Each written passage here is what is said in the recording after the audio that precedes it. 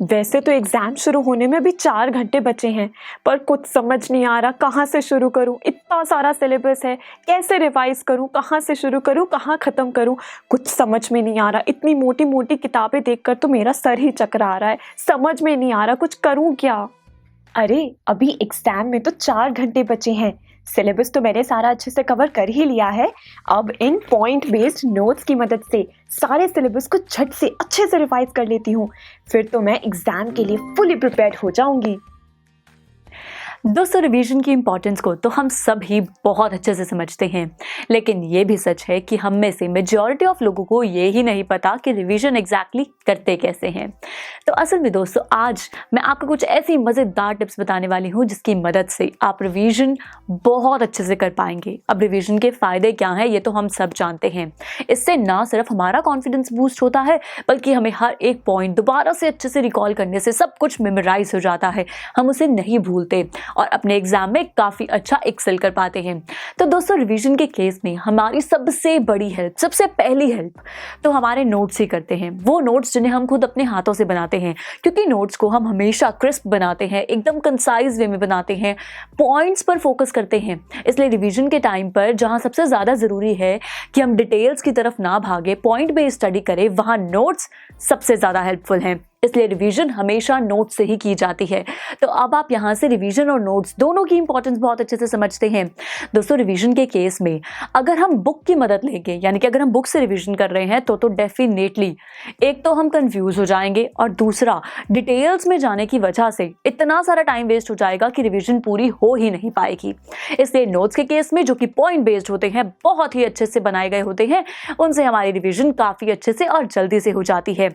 Revision के case में दोस्तों, हमें सिर्फ मेजर हेड्स को ही कवर करना होता है, क्योंकि एक बार तो पूरा सिलेबस हम अच्छे से कवर कर ही चुके होते हैं। इसलिए उसके बाद तो बस हमें मेजर पॉइंट्स को ही रिकॉल करना है, जिसके लिए नोट्स बेस्ट हैं। इससे हमेशा दोस्तों, रिवीजन के केस में हम डिटेल्स पर फोकस नहीं करते, बल्कि सिर्फ मेजर हेड्स को, बुलेट पॉइंट्स को कवर करते हैं। वैसे स्टूडेंट्स, हमेशा टाइम अलॉटेड स्टडी ही काम आती है। अगर आप रिवीजन करने बैठ रहे हैं तो टाइम को इस हिसाब से डिवाइड करिए कि आप ज़्यादा टाइम तो सिलेबस के उस पोर्शन को दीजिए जो कि आपको अच्छे से नहीं आता, और कम टाइम उस पोर्शन को दीजिए जो कि आपको बहुत अच्छे से आता है। इससे एक बैलेंस बन जाएगा और आपका पूरा सिलेबस अच्छे से रिकॉल हो जाएगा।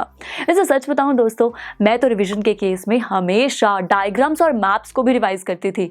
इससे मुझे आज तक कभी भी डायग्राम्स या मैप्स के केस में कभी कोई प्रॉब्लम नहीं आई और मेरे काफ़ी अच्छे से वो क्वेश्चंस अटेम्प्ट हो जाते थे। इनफैक्ट सच बताऊं, एक बार तो ऐसा हुआ कि मेरे 2 दिन लगातार एग्जाम्स थे। इतनी टेंशन हो गई कि क्या करूं, कैसे करूं, सिलेबस तक कवर करने का टाइम नहीं था, रिवीजन तो भला कैसे ही होगी। लेकिन फिर बहुत सोचने के बाद मैंने ध्यान दिया कि अगर मैं हमेशा पॉइंट्स मार्किंग स्कीम वाइज चलूं तो शायद मेरी हेल्प हो, और ऐसा हुआ भी। मैंने सीबीएसई की लिस्ट खोल ली जो सीबीएसई रिलीज करती है मार्किंग स्कीम की, और उसके हिसाब से अपनी तैयारी की।